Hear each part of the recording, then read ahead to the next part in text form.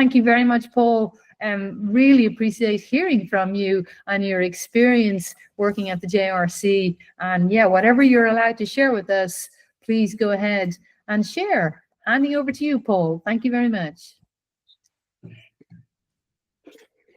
Okay, so in June 2024, I did my traineeship at the JRC, and this traineeship was the Deep Learning for Nuclear Safeguards, which is the laboratory for nuclear safeguards and security.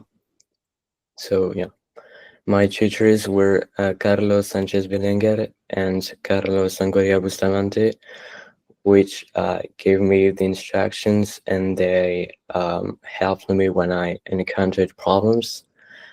They were really nice people to work with.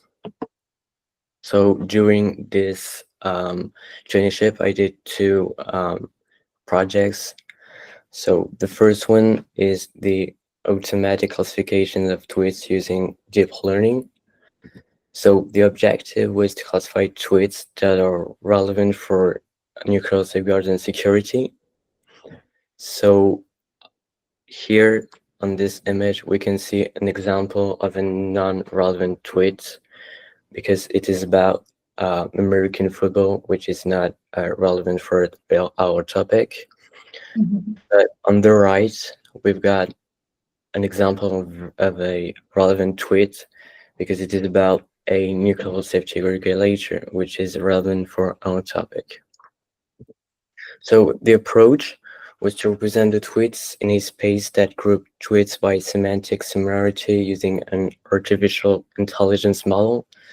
So here is the final plot. And in this plot, we can see points. So 1 point represents one tweet with its content, its text.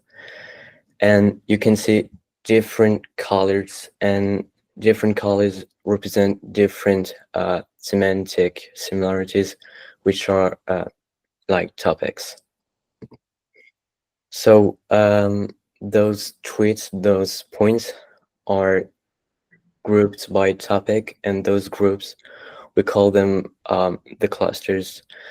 So here we can see, for example, a cluster about North Korea. So all the tweets we find in this cluster will be about North Korea and its nuclear power. In the orange cluster, we can see it is about USA, Biden, and arms. And here in the yellow cluster, it is about Japan and Fukushima. So here are two tweets in this cluster, and if we read their content, we can see that they are really close. So this is why they are in the same cluster. And the more the closer are 2 points, the closer are the content. So yeah. So the first use case is searching by similarity.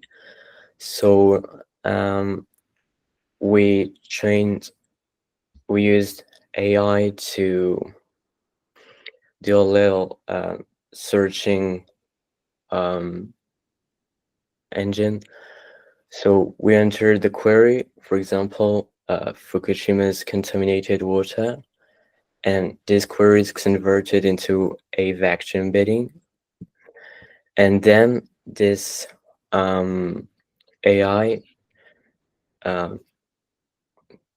finds similar tweets. So here it was about Fukushima's contaminated water, and here the results always about contaminated water.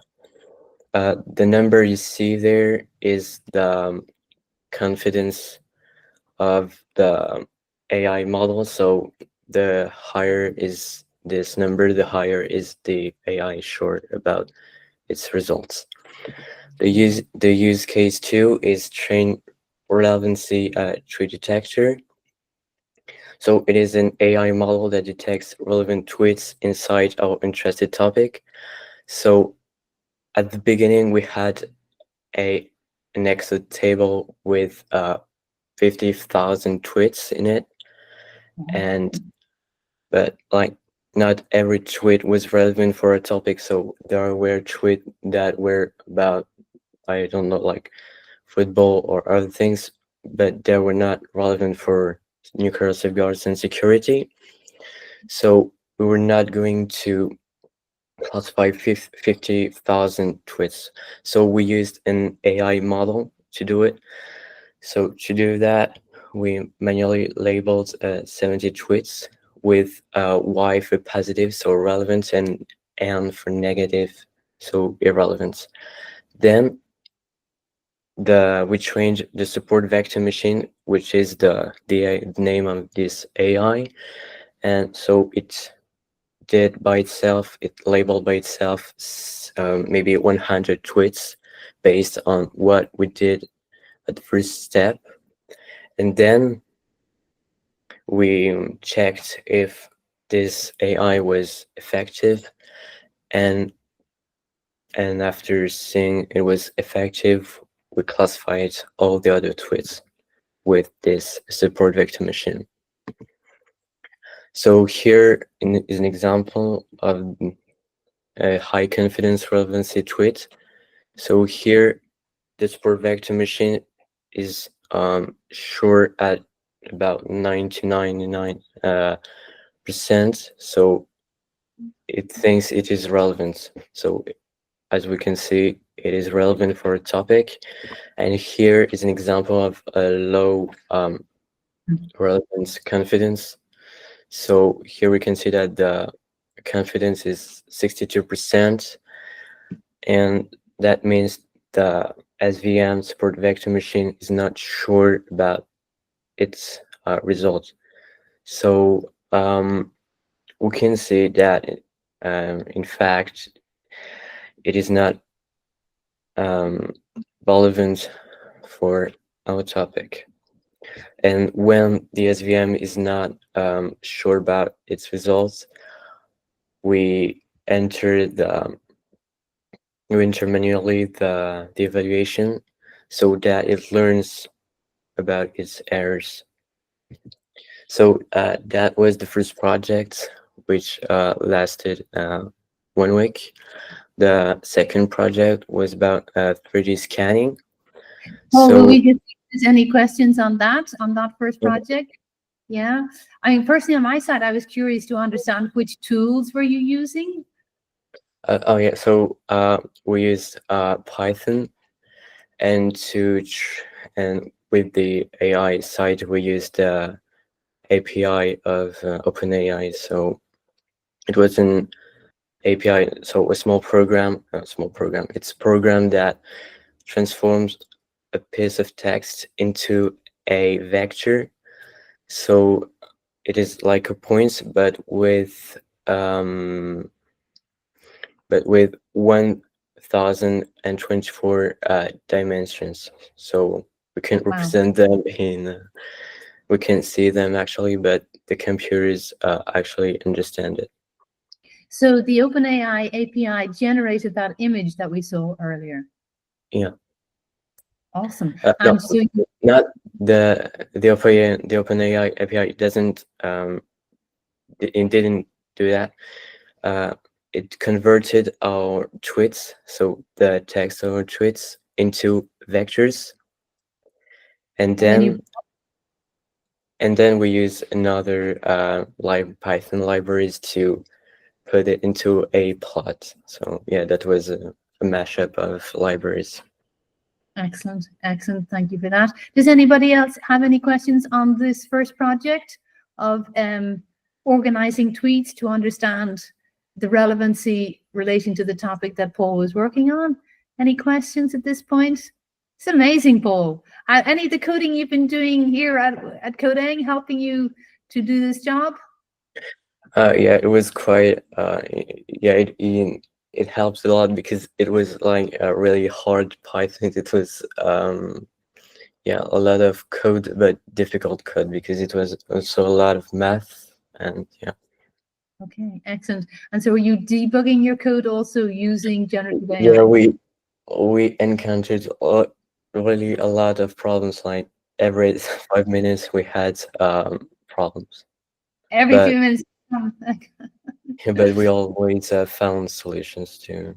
Yeah. Excellent. And 1 week you did that. That's incredible. I see Chris has got her hand raised. Go ahead, Chris.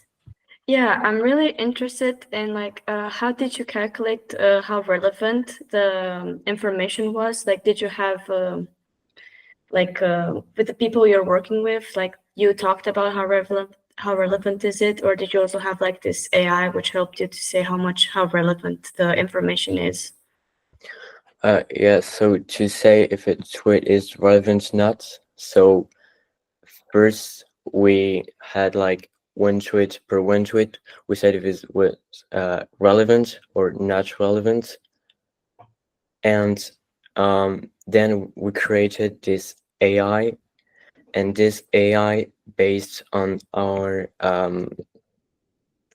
labeled tweets, it actually labeled itself the another tweet. So yeah, so that was the support vector machine. So one tweet.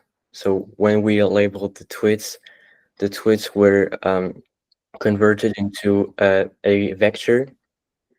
And so if we say a vector is relevant, so imagine a vector is in like a list of numbers, and if another vector, but we didn't label it, has a lot of numbers of this list in common with the relevant vector, then it's gonna be a relevant vector. It's all about the distance between vectors. So if two vectors are close, their content is going to be close. Okay. Chris, you had another question. Yeah, because you also showed the percentage, like is it, for example, any tweet, for example, that's below a certain percentage, like 50, or like did you choose what percentage? If it's like below 70, the relevant percentage to according to that tweet, like is there like did you guys choose a certain percentage? Because it also showed on the slide that the relevant percentage, like it was 60 something.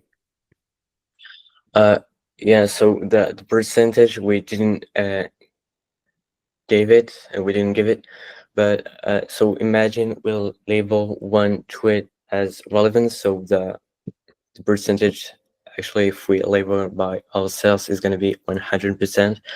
But so when the AI classifies one tweet as relevant or irrelevant, imagine if the distance for X reasons doesn't make sure the support vector machine, then the percentage gonna be lower. So yeah, it's all about the distances between vectors. So the but the percentage was not a like uh yeah. The only criteria. Yeah. Thanks, Paul. Do you want to move on to your next topic? Thanks for the questions, Chris. Yeah. Yeah. So during the second week, I did 3D scanning. So in this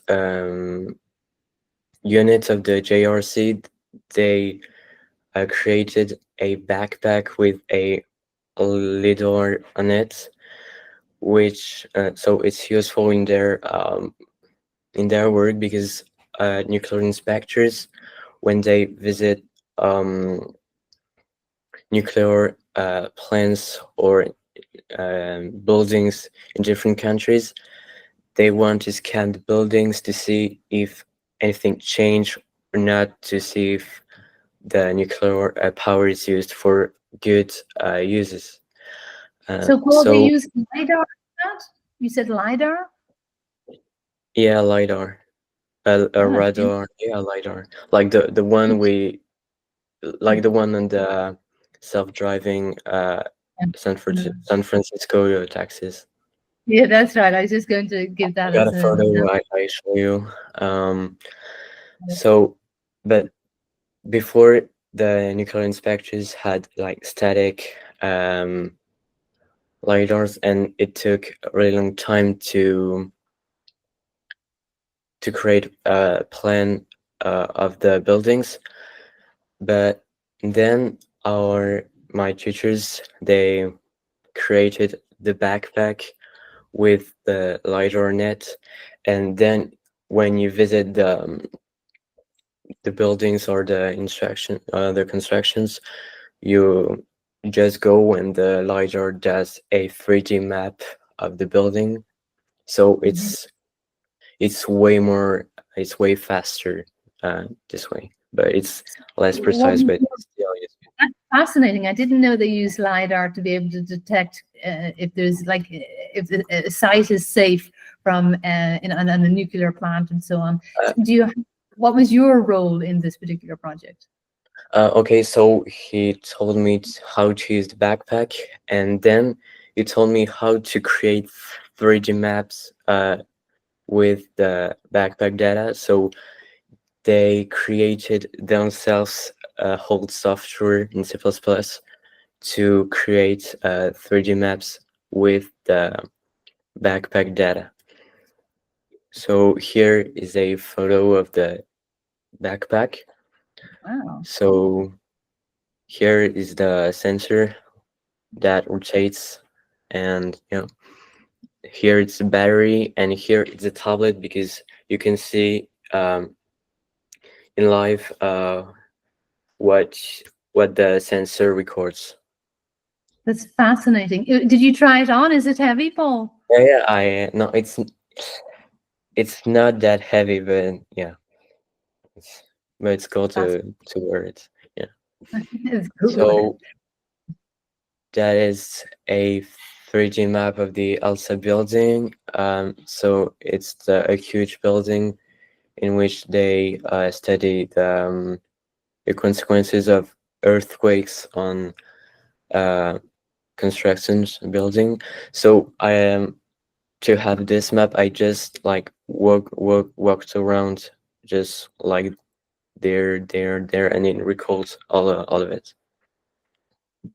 And using the software, we create like maps like this. Here it's the building where I did my traineeship.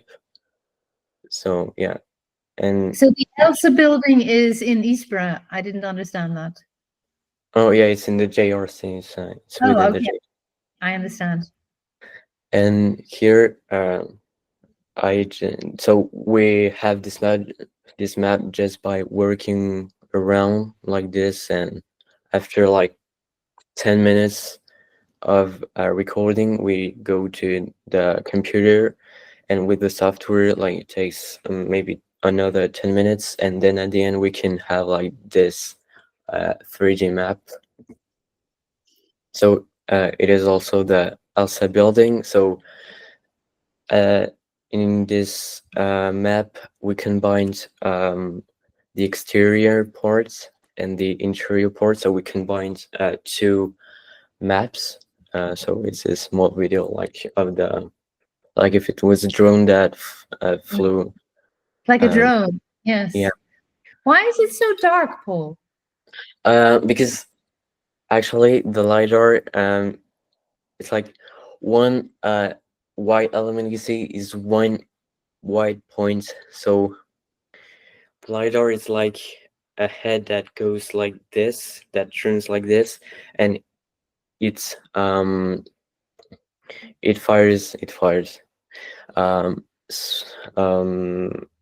laser, and this laser, and then this laser hits something and then come back, and the sensor calculates the distance between maybe the wall and it.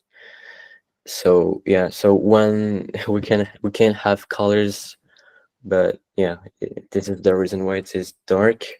You can pick out the white spots easily. Yeah, actually they I think they had they started to work on color forward sensors, so to have colors. But yeah, so but it's a lot of points, so maybe like millions or billions of points.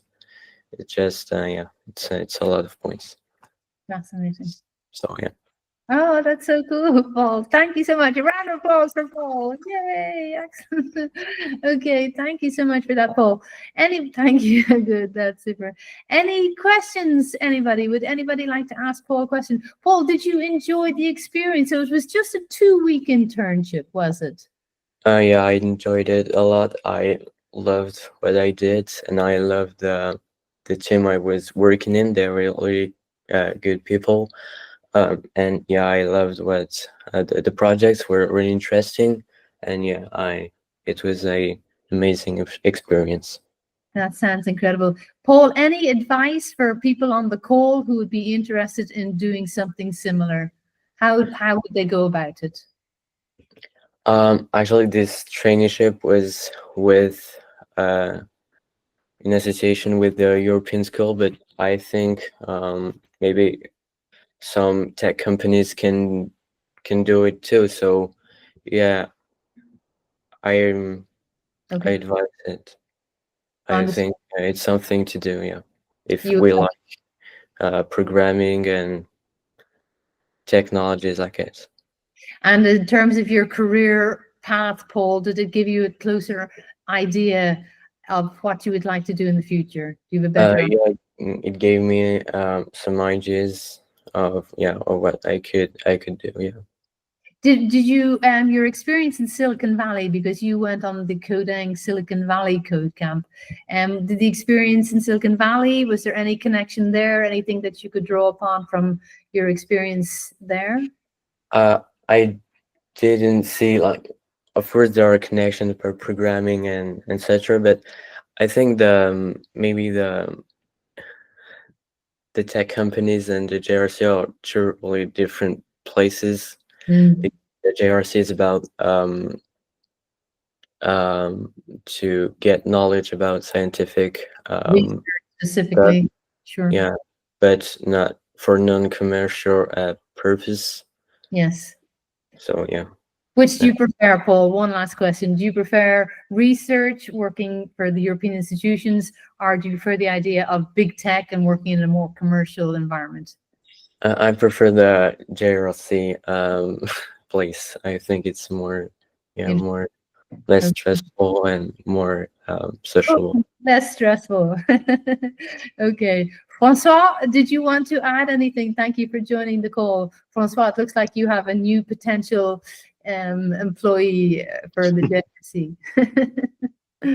No, thank you. I wanted only to thank Paul for his enthusiasm, and really, indeed, it's a very good opportunity that JRC gives to European school students. For S5 students, they have to do this 15 days traineeship, and JRC offers an average of 45, 50 places every year. And is that only European school, Francois, or other schools in the Varese area? At this specific age, yes, it is only for European school. We have many visits of all kinds of school from all European countries, of course, with quite a lot of Italian schools because of the distance. So we have really hundreds of visits every year. Sure. But for this specific traineeship, it's an agreement with the European school. And just one last question, Francois. Can you explain to the group what your role is at the JRC? Actually, I am working in the ELSA building, so for, of course, historically earthquake engineering. So trying to understand what the effect of earthquake is on buildings and infrastructure, and to define standards and construction codes to avoid or to mitigate at least the damages that an earthquake is doing on buildings. Now we will focus our attention on transport infrastructure, so on bridges and tunnels, also for fire safety, effect of fire on the structure and things like that. Well, one final question. Any advice for the coders on the call, François, where they should be focusing the importance of having digital skills? Did you want to give them any words of wisdom? Well, on coding, I'm less specialized than you, of course. I would stress them the importance of languages, which is outside of coding. So really try to take all the opportunities to learn foreign languages. Of course, English is the basics, but not only. Because with this, you open so many doors, and without it, you close so many doors that it's really important to have as many opportunities as you have. On artificial intelligence, be careful with the use, because it makes mistakes, at least at this stage of the development, because it's really fashionable in these days, but it's also quite early stage for the public use, and do some tests even to lose confidence, I would say, in ChatGPT. Try to ask questions for which you know the exact answer, Good advice. and you will see sometimes that the answer is completely wrong. And what is also amazing is that then you can continue the dialogue with ChatGPT, saying, no, this is the wrong answer. The correct answer is this one.